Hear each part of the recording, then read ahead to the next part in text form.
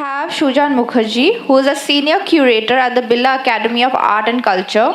He enjoys researching and writing on art, literature, and cities. His recent projects include Dubli Nama in 2024, a collaborative Bangla translation of James Joyce's Dubliners, and From the Depth of the Mold, a centenary tribute to Meera Mukherjee, for which he was a translator and an assistant editor. Can you give her a round of applause, please?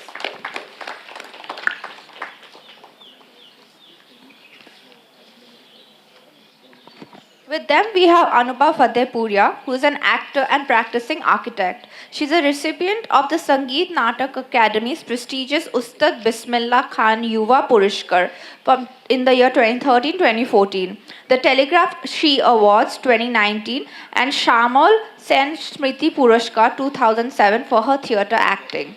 She runs her own design studio and is currently working on projects in various cities. Can we have a round of applause for her, please? And we start the session now.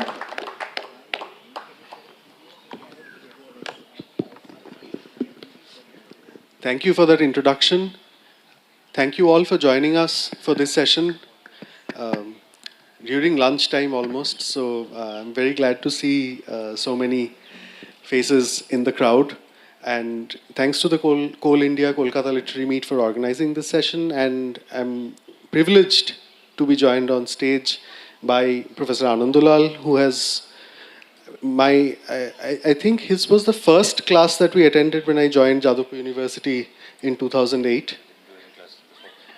Not by you.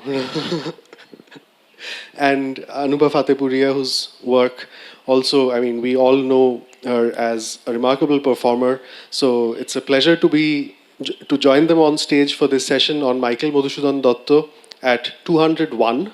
So we will be talking quite specifically about a play that he wrote over several years, Rizia, and in the course of that, we may discuss a little about the context in which he is writing this play, in which it is not getting staged, and we'll also be treated to some performative readings by Anubha. So I'm really looking forward to this session.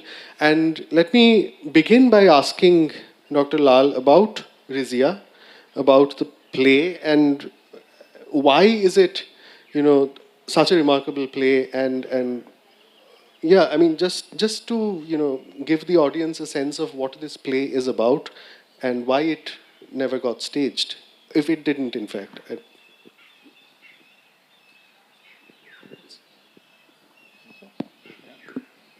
Thank you so much. It's a pleasure to be here.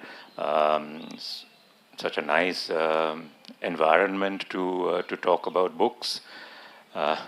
Flowers and Rizia would be certainly a very appropriate theme. This is a very long story. So, Sujaan, you'll have to tell me where should I begin. Basically, just to kind of get the historical details straight, Michael, as many of you know, had to go off to Madras from here, and because of employment reasons. There's an even more remarkable story behind why he had to go to Madras, but that we can't really cover unless you have questions. And between 1849 and 1856 or so, he was in Madras. He, in fact, wrote most of his early poetry in Madras. For instance, all of you have probably not read, but some of you might have read, and all of you know of The Captive Lady. I used to joke in JU that it's The Captive Laddie, Ladie, but that was not the case. Captive Lady in 1848, and in Madras he began to establish himself, got a name for himself as a writer in English, as a poet in English. And in 1849, in Madras, he starts writing this particular play, Rizia, subtitled the Empress of Inde, Inde. And he really likes it to the extent that in one of his later English publications, he even subtitles it by the author of Rizia. So obviously he thought that he had made quite an impact with what he had written so far. But then what begins to happen is that he also gets very involved in all kinds of professional matters. He is not just editing the Eurasian, he was also editing another newspaper during that time in Madras. He was teaching, he had also got married, and all these things probably went into a pause situation as far as the play was concerned. But he continues writing it because we have from the manuscript that I discovered about 10 years back. That's another story which we'll come to. It is signed 1855, so we clearly have a demarcation of beginning in 1849, and the last time he kind of writes anything on it in terms of the play itself is 1855. Then he rushes back to Calcutta, let's call it Calcutta at that time, because his father had died and he just got the news that people were actually after their property, and so he had to rush back. And from 1856 onwards, he is located in Calcutta, and he begins to,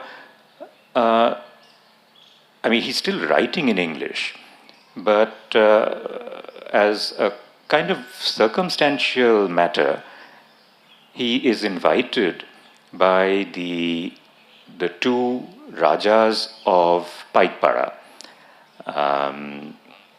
They are known as Boro Raja and Choto Raja, two brothers, because the Rajas of Paikpara had started their own private playhouse. And some of you might have heard of that playhouse, the Belgachia Theatre. In fact, that building still stands. God knows how long it will still stand. Family members are still attached to it. I wish actually people come together to restore it, to, you know about that, how valuable such a place could be.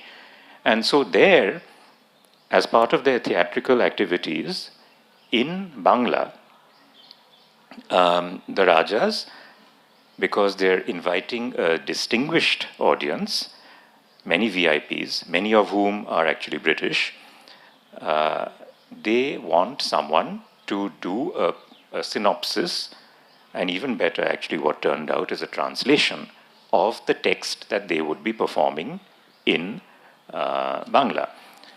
That is Ratnavali.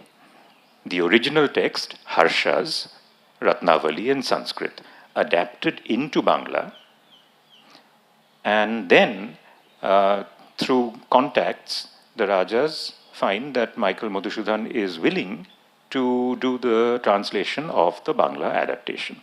And therefore, Ratnavali, now you can actually pick up the book, the translation, full translation by Michael of that particular script. This is a time when, in fact, it was commonplace in theatres to distribute a booklet when you went to the performance so that you have a memento when you go back. Over here, it's a massive memento because it's the text itself.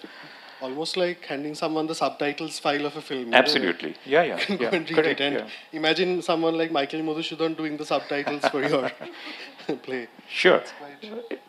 Exactly. I mean, who could have done Satyajit Ray's translations but the master himself? Yeah. But where are those booklets? So what happens is that he suddenly recognizes that he can actually do this in Bangla. And he himself says that it's a ridiculous play script, not the original Harsha's Ratnavali, but the Bangla Ratnaboli. He doesn't particularly like it, but he got the commission, and so he did it. He also needed money at that time, and It was accepted, and he promised that he would write an even better play for the Belgachia theatre, for the Rajas. And that is what led to his first original, I'm saying first original because it's published, first original published play in English and Bangla, first original published play in Bangla, let's put it that way, that's more accurate, Shormishtha. Shormishtha, he himself, just like I've explained before, translates into English. So that book is also available, and that becomes by virtue of Michael having done the original Bangla, and it's not an adaptation, it's not a translation, and also writing that same play in English, translating it into English. That becomes the first, and this is 1859, the first Indian play to be written bilingually. Not Girish Karnad, not Rabindranath, but way back with Michael. So we had that too. All these are known to everybody. Meanwhile, what's happening is that Madhusudhan is quite convinced that now in Bangla he has a definite career prospect ahead in Bangla drama. And he tries to persuade the Rajas that I have a brilliant play, why don't we try that in Bangla? Which is to say, his English Rizia, he wants to translate the other way around now into Bangla and give it to the Rajas for their Belgachia theatre performance. Next performance, whenever they want it. Meanwhile, he's writing a lot of other stuff in Bangla now. His Bangla career has taken off. As the saying goes, he doesn't look back to English anymore. Okay. And this is where I think Sujaan was wanting me to read that extract from the letter. Okay, I've got this here. So this is where one of those particular documents that we have from Michael's own hand and printed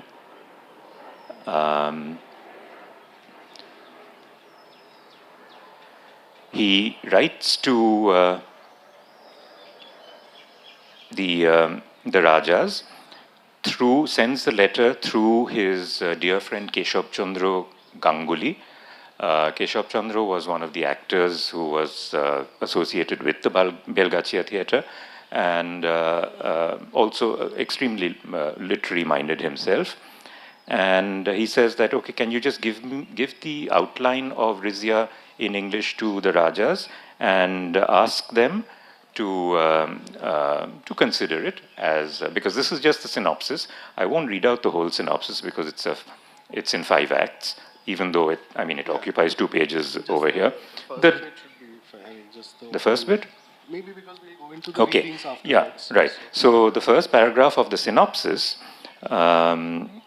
says, during the life of the Emperor Iltutmish, Rizia's father, that princess, that is Rizia, was engaged to be married to Altunia, governor of Sindh. He comes to Delhi, finds the emperor dead, and Rizia reigning in his stead. He also finds his intended wife quite changed and in love with a slave, Jamal, whom she had made the master of the horse, in other words, in charge of the cavalry. Here the play opens. And then the 5-act synopsis. Actually, 48 lines of the play in Bangla have also survived, but that's all that has survived in Bangla. After a long silence, Keshav Chandra comes back to, doesn't come back, writes to Michael with this letter. My dear Dutt, at that time, you might still be using this. In school, in college, you address each other by your surnames, even though you're closest friends, right? My dear Dutt, the synopsis of your Rizia was made over to Jyotindra Babu, Jyotindra Mohan Tagore, J.M. Tagore, very famous, who is also associated with the Belgachi theatre, close friend of the Paikpara Rajas. The day I received it from you, with a request that he would consult the Choto Raja and acquaint you with their united opinion in respect to the drama. I saw them both day before yesterday at the Emerald Bower, the campus now of Ravindra Bharati, which belonged to the Pathurigata Tagores, and had a talk on the subject. They say that the synopsis is not sufficiently full to enable them to judge of the nature and merits of the play.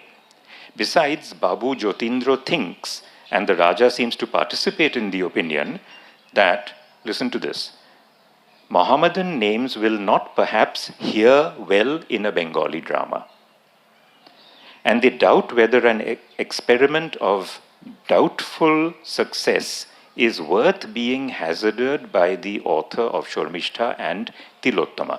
He has already also written Tilottama by this time. They also anticipate impediments in the way of success from the too numerous characters in the play and believe that the female parts, at least a majority of them, cannot be expected to be well represented. Another excuse. But I should say that at this time, men were performing as women in the amateur Bangla theatre. So, I mean, that tells you why he became so disappointed by the response from the Rajas, who he thought would be quite conducive, open to this idea, that he just kind of stops writing further. And it is an incomplete manuscript that I found, with about 4/5 of it complete and the rest not yet written, but it's still more than you would have otherwise got. Thank you. Thank you for sharing this very, very interesting history of how the text comes to be written and not performed in this case. Towards the end of your introduction, you end it on a fairly wistful note, saying that the appropriate tribute to a play like this or plays like these, in fact, would be if someone were to perform it either as they were, as period drama, so to speak. Alternatively, they could be adapted for the contemporary stage in certain ways.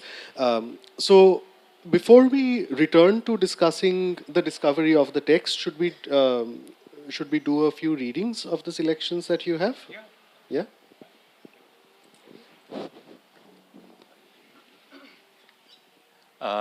Yeah? We have 5 excerpts from the play, very short excerpts, taking you through the play, not fully, of course, but sampling. And the first is at the beginning, in Act 1, a longish speech where Rizia is talking about the empire that she commands. So, Anubha.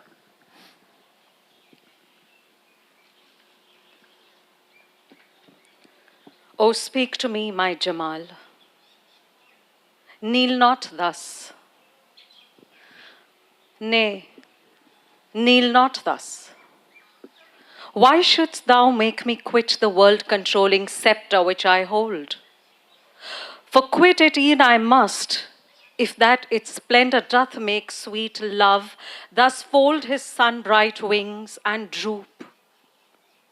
Come, draw thee nigh.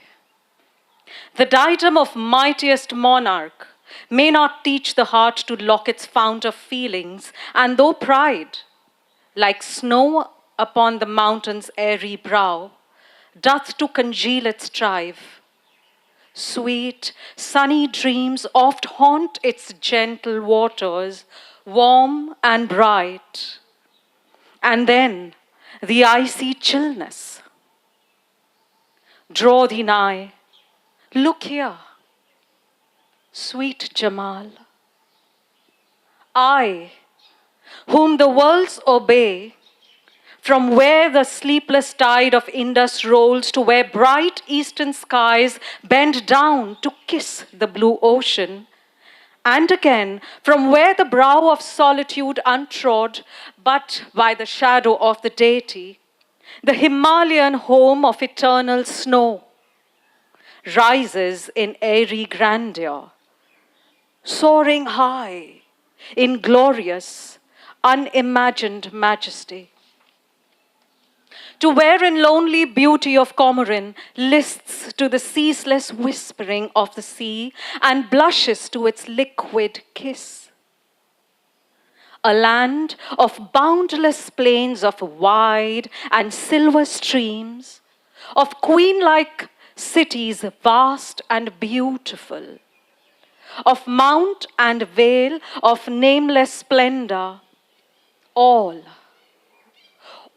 these are mine, and yet to thee I kneel, e'en as the poorest maiden.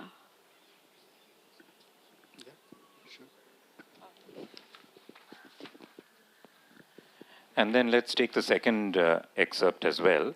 This is where the news has come in that Altunia, who is rebelling against Delhi, the Sultanate, is coming towards Delhi. And Rizia is aware of this now, and therefore she wants to talk to him, hopefully negotiate a kind of settlement. But if not, well, if it comes to war, then she will lead the army into war. This is her speech before she leaves Delhi. She's talking, Anubha, she's talking to one of her closest maidservants.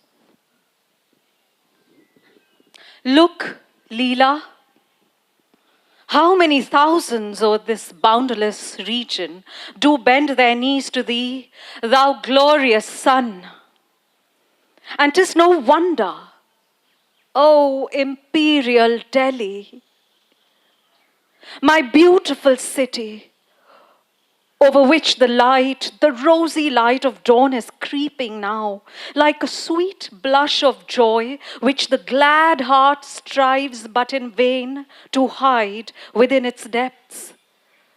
O thou, my beautiful city, fare thee well. Oh, fare thee well.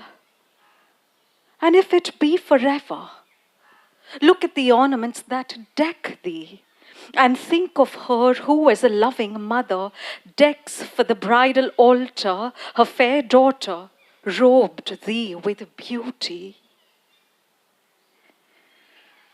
Now, my gentle maidens, prepare ye for the march. The hour is nigh. Yeah, I mean, I was reading the play ahead of it, but just goes to show that these are meant to be performed. I mean, thank you so much for that. Very, very powerful reading.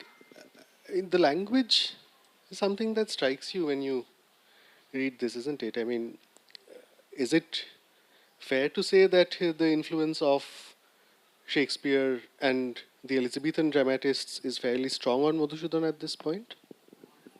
Yeah, absolutely. Because I mean, you have to think about the fact that this is the late 40s and early 50s, and Michael was in Hindu college. About 15 years before that, at which time, of course, their staple diet of the students was Shakespeare. So there was no other way that he could conceive of writing a play, other than these are all written in iambic pentameter, as you will recognize, those of you know Shakespeare's meter.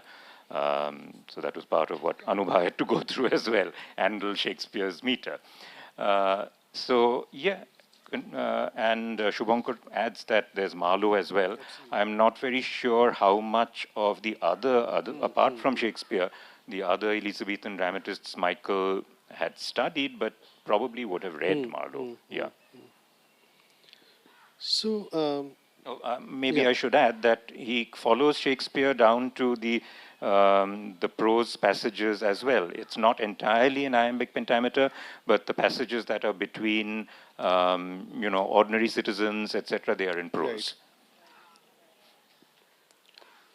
So that's quite a close correspondence. I was also wondering, I mean, in the synopsis that he sends to the Paikpara Rajas and to Jyotindra Mohan Thakur, I mean, of course, the reasons they cite are that a Mohammedan name would not sound well on a Bengali, the implication obviously being that here Bengali is conflated with the idea of Hindu, or at best, well, by this time Brahmo.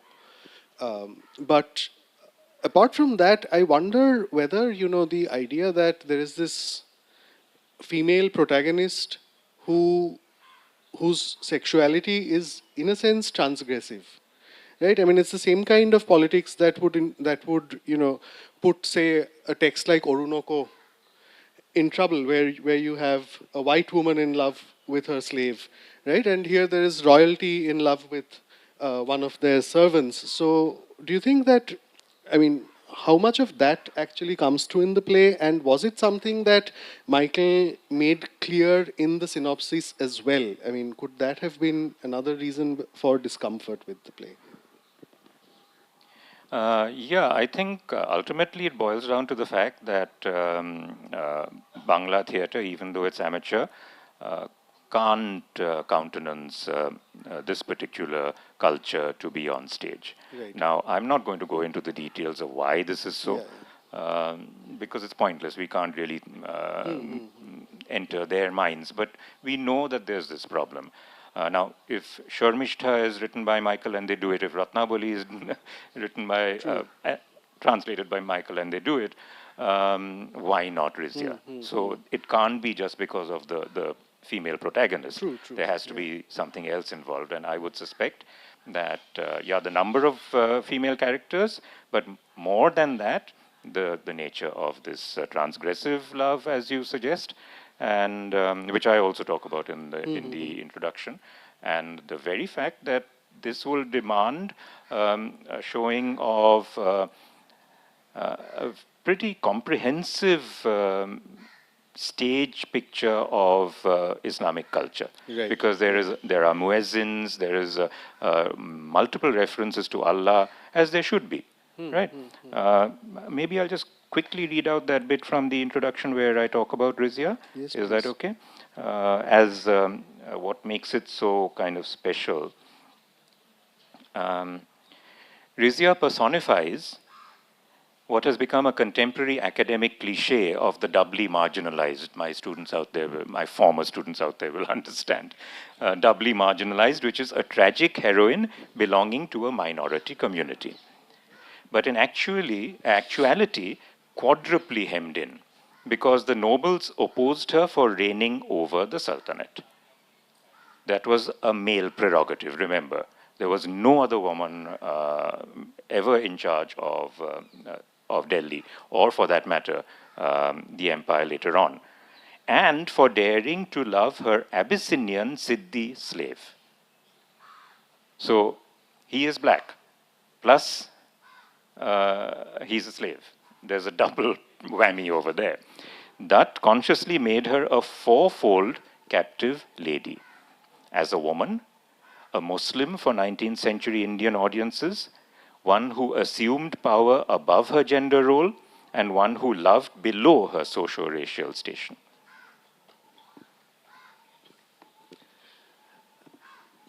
So, should we go on to the readings?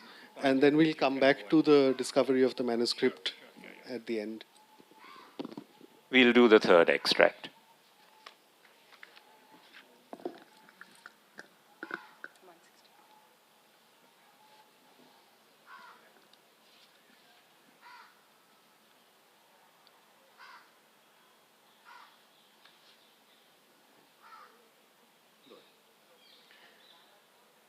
Hast ever seen a lotus with night star canopy unrolled above her? Yea, sweetest lady, Well, how looks she then? the temple of her beauty is then closed, green-walled around. Ah, then her perfumed soul sits in its solitary chamber. Well, when night's star canopy is folded, Jamal and the earth's young and glorious groom comes forth to kiss his bride. O then, fair sovereign, in maiden majesty, so dainty sweet, she giveth audience to the ambassador beams that come from their right royal lord, the sun, to woo her for him to the morning breeze. A humbler lover he, kneeling, as the poor slave thou seest before thee, O thou fairer lotus, throned on the stream of royalty. Arise, my morning breeze. Thy vows so musical are not unheard, but to my parable.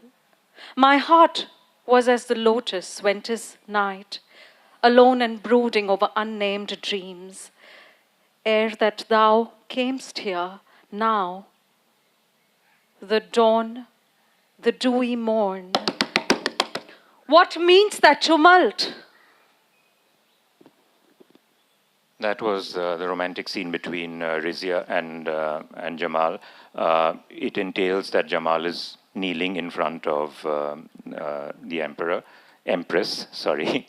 But of course, she will not allow that.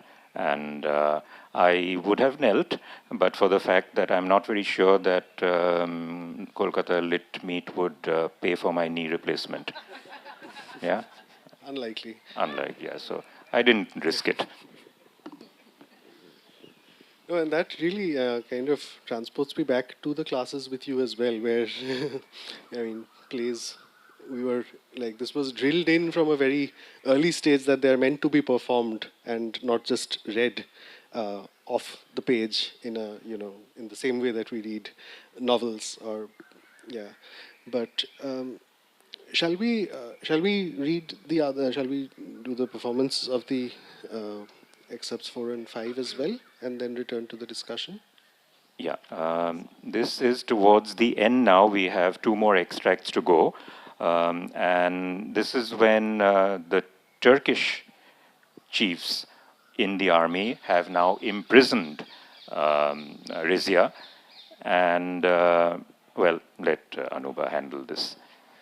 The Turkish chiefs have just left, and she's alone.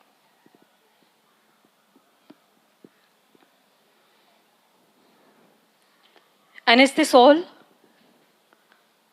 It is a dream, a hideous, hideous dream.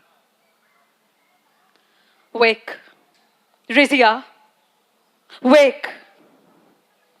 And let no idle dreams now daunt thy heart. Wake, Empress of proud Inde. Why shouldst thou fear? Earth hath no glory brighter than thine own. They talked of Behram, my brother Behram. Oh, poor Behram.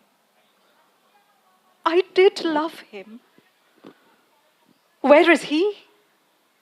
The tenant of an iron-mured dungeon. Fie, 'twas a baseless dream. Oh God! Oh God! And art thou there, mute witness of dread truth? Then it was no dream. Canst thou not speak, an empress? E'en when a mighty empress questions thee, oh, that this heart would break.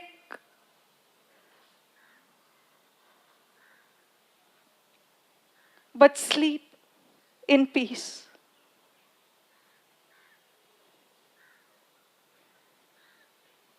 Nations will weep for thee, and seas of blood will flow as warm libations to thy manes. And then will Rizia mourn. But now, foul treason. Will they not curse the day when thou wert birthed in some disloyal mind by pride engendered and nursed by hellish treachery? They will.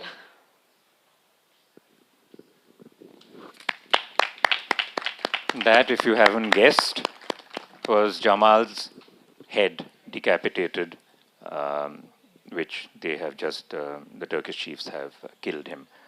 And find the final extract, very short, towards the end. In fact, this is the last speech, last long speech of Rizia's that Michael wrote.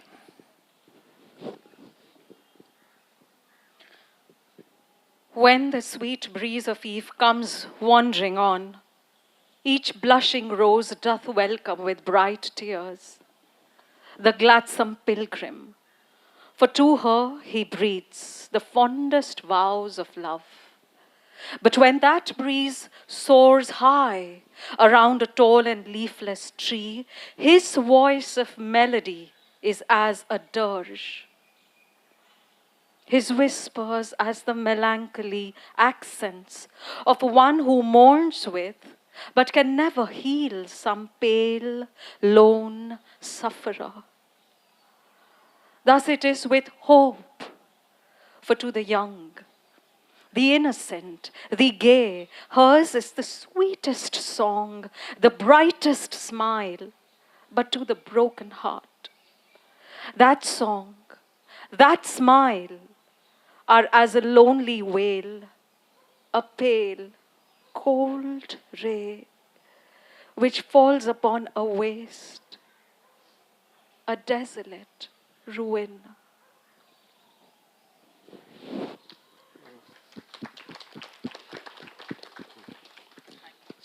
Thank you so much for that. The play, even the English version of the play, let's call it, that too remains incomplete, is it? It's not a finished play. And you mentioned in your introduction that the first scenes of it start appearing in the Eurasian in Madras while Michael Madhusudhan is in Madras, right? And I just wanted to learn from you about the trajectory of the play in terms of the first appearance, then kind of going underground, and then how it emerges in print in bits and pieces, and finally about and this is the stuff that I think literary scholars, historians dream of, finding a lost play like this, and it's one of the most indescribable sort of feelings, I think, right? So, love to hear more about that process and how you actually came upon this manuscript. Yeah, that's a very interesting story. It's really the stuff of fiction. You don't expect that that will happen to you. I certainly didn't. But again, to kind of get back to the text itself, while Michael was in Madras, he was, as I told you, editing the new newspaper called the Eurasian, where he printed 9 scenes from Rizia. He had already written this, and this was 1849 to 1850, and he entitled them Fragments. So clearly they were not complete at that time, fragments. Then nobody else knows anything about the play, the printed text of the play, until 1921, when Nagendranath Shom, those of you who know Bangla literature will have heard of Nagendranath Shom, writes his massive, very valuable compendium, Madhusriti. It's all about Madhusudhan, where he puts together all kinds of things. There, in an appendix, he says that he has discovered the manuscript of Rizia, and he prints a few scenes which have no connection with the Eurasian from 1849. So in 1921, in Madhusriti, you have as an appendix some more scenes. He never, and this is my huge problem with Indian scholars of an older time, they never let on where they got their material from. For some reason, they think that they're sitting on a Jokhir Dhon, which they are, right? But the problem is that they are not immortal. They will depart, and then what happens to this Jokhir Dhon that they're sitting on? Therefore, it's gone.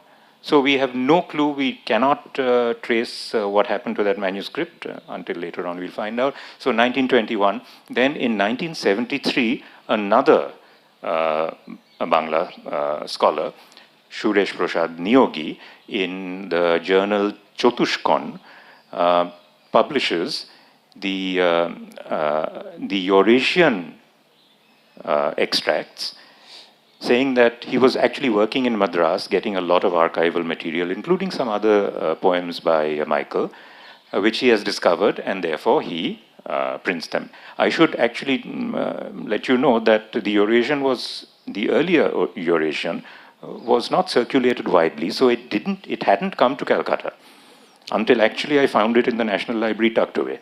So it was there. When it came to the National Library, I don't know. Maybe Suresh Prasad got it at the National Library, but like aforesaid scholars, never lets on where he got the material from.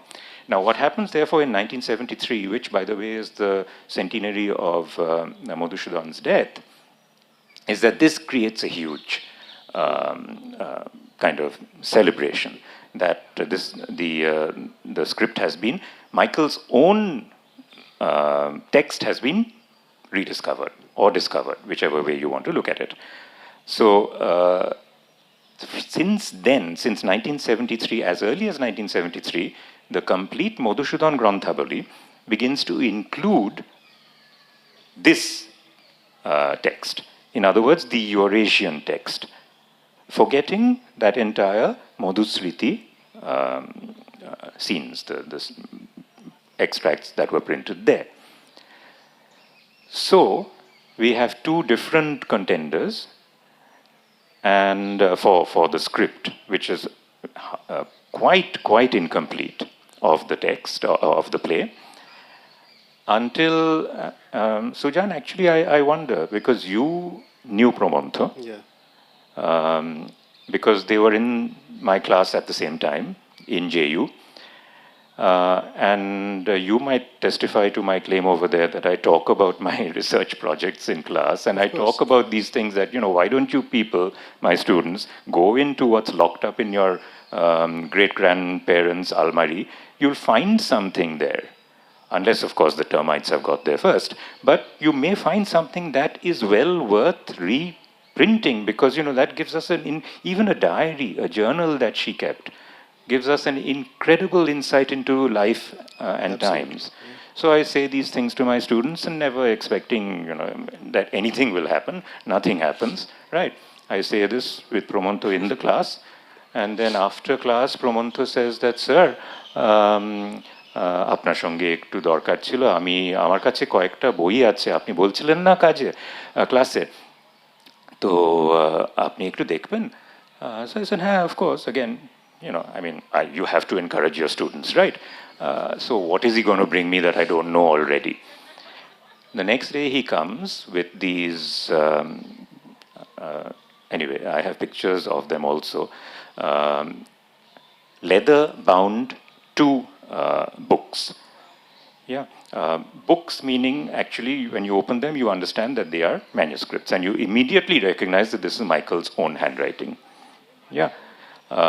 One of them was Tilottama, which actually was published way back when with financial aid from the Rajas, and that is in fine shape, but that text we already have in Bangla.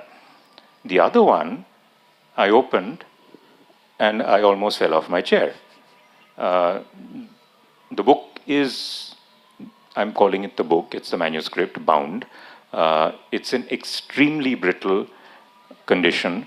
Kolkata's climate is not good in terms of preservation. The damp had also got into it. I won't go into the further details because it's a long family history, but still it was there.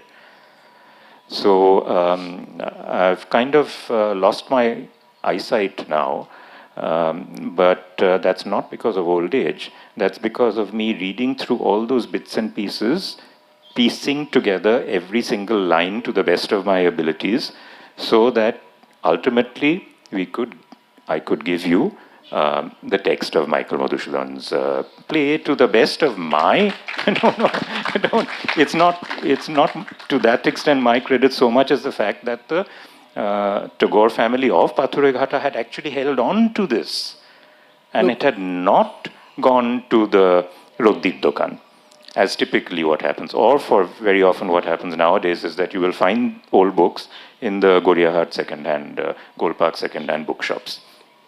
Lots of collections. And then what I did with it, of course, is to kind of collate. Because now I knew that this was the most complete manuscript I could possibly get, or anyone could possibly get.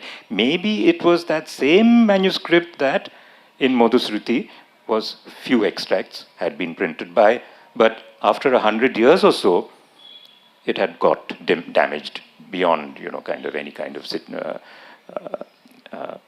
beyond what was there from before.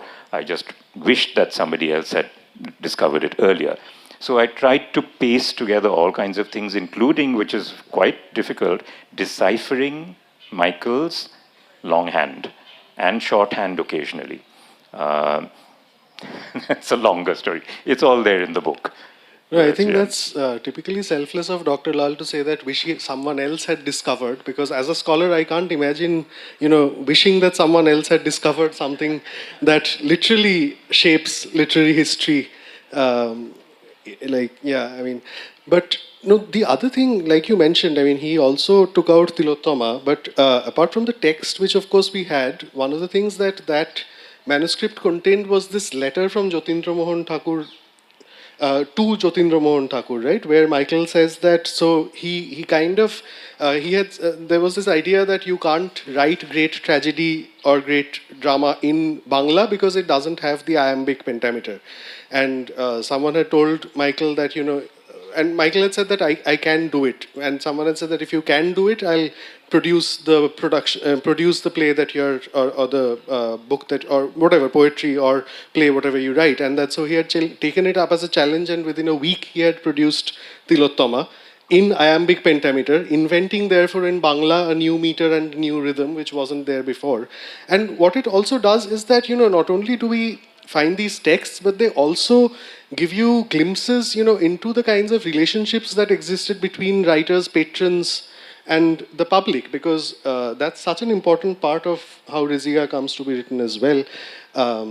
So I think it's been a very exciting session, because both in terms of this kind of scholarly discovery and the very moving readings. So should we take a few questions perhaps? And yeah, if there are questions in the audience, yeah, I see two hands. Is there a mic that can be passed around?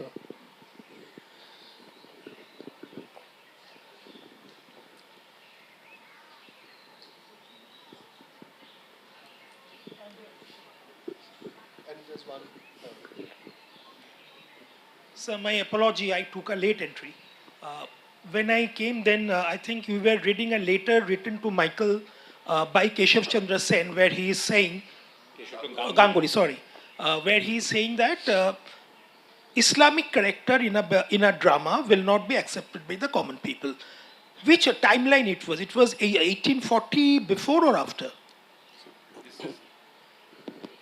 This is happening in 1859-60. Okay, fine. If it is 1860, then sir, we can see in 1872, the first theatre is coming to Bengal. The National Theatre is coming up. And within 20 years, I mean 1872 to 1893, when Minerva is coming, Minerva is inaugurating with a Shakespeare, with Macbeth, right? There's a huge social revolution what's happening. What exactly the factors playing in between? In 1860, two intellectuals are exchanging letters. An Islamic character in Bengali theatre will not be accepted by common people. The same Bengal can see within 20 years, one after another, great productions are coming where the main characters are non-Islamic. Even in Macbeth also, she is not a Hindu character. Will you please give an insight on this?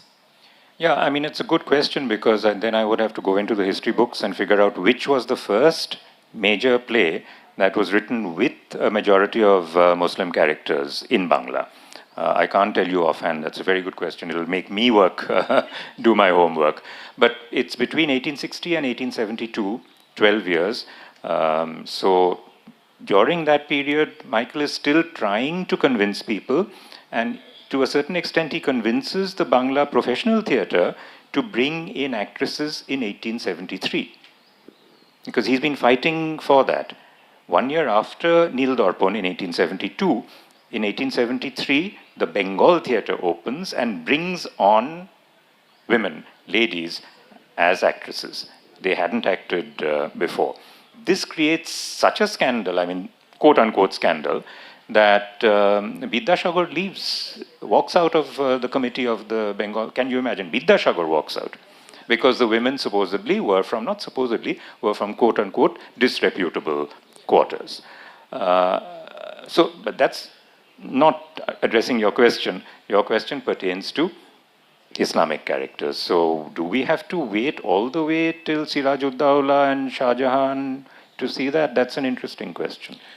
I think one thing that happens, if I can just sort of add to what you're saying, is also that in the years immediately after 1857, there is a kind of reaction, there is a kind of stereotyping of Islamic, characters, and this, in a sense, while it is you referring to the public, but it's also a playhouse where a lot of this is a private playhouse essentially. So there will be a lot of English audiences, English audience members in the house. So I wonder whether the aftermath of 1857, there can be some sort of a cultural like the impact that would have.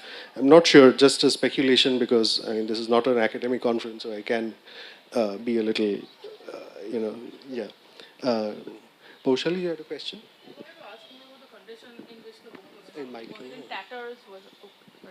I just wanted to ask more about the condition in which the book was, the manuscript was found. Was it in complete tatters? Did you have to piece together different, like a jigsaw puzzle, or what?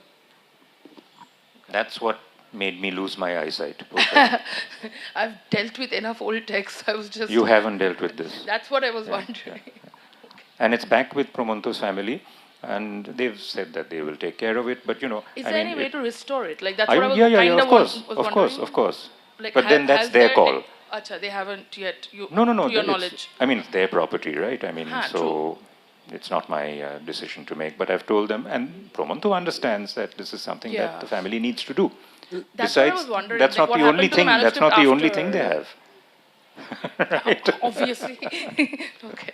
No, and this was brought to the School of Cultural Texts and Records at Jadavpur University. So there was some preliminary work that was done because they have paper conservators there as well.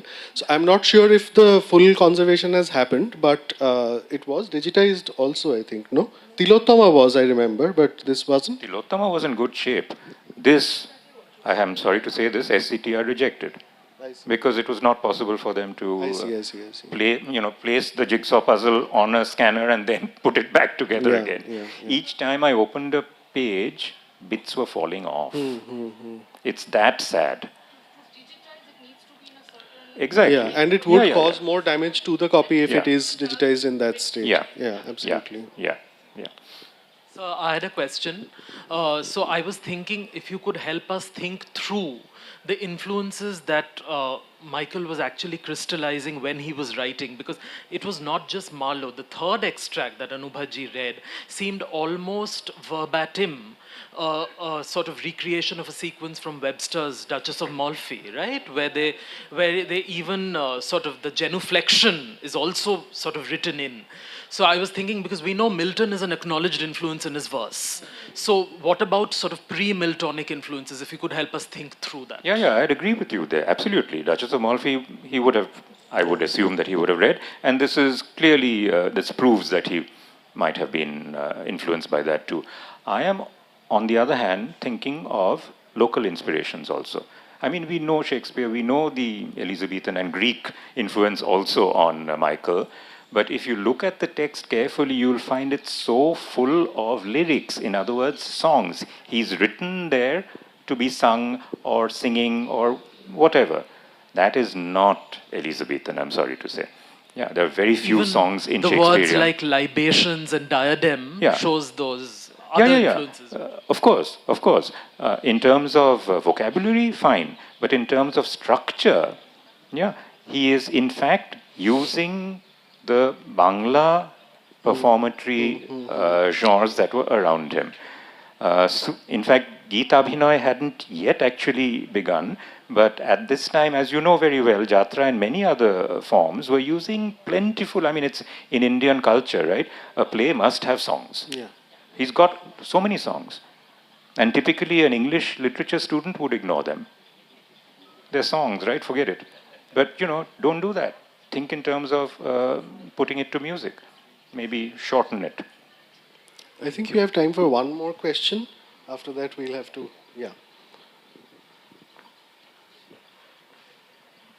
Thank you for a really enjoyable session. Thank to all three of you.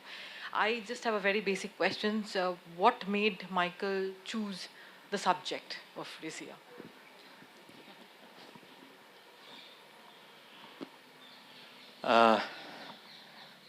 all I can say is that historically he was into history, and I think he clearly would have been drawn by the fact that this was the potential. I mean, in terms of the facts, it's a romantic tragedy, very clearly. So he knows tragedy, he knows romantic drama, he puts them together, and a woman at the center. He's always been concerned with that. I mean, if there's one thematic motif that puts together everything, apart from maybe Meghnad Bodh, you will find that women, and he's particularly sensitive to this because of what he had to go through himself with in his own life, in terms of marriage, wives dying. Well, not the first wife died much later on, but he left her. And I mean, I don't want to read biography into this. It shouldn't be done. But clearly, the tragic potential of the woman protagonist is something that draws him. And this is Rizia is certainly the one female protagonist in Indian history that stands out. So on that note, I'd like to thank once again the Coal India Kolkata Literary Meet for arranging the session and inviting two very special people to present today. Thank you for being a wonderful and engaged audience. And until next time, I hope for many such discoveries.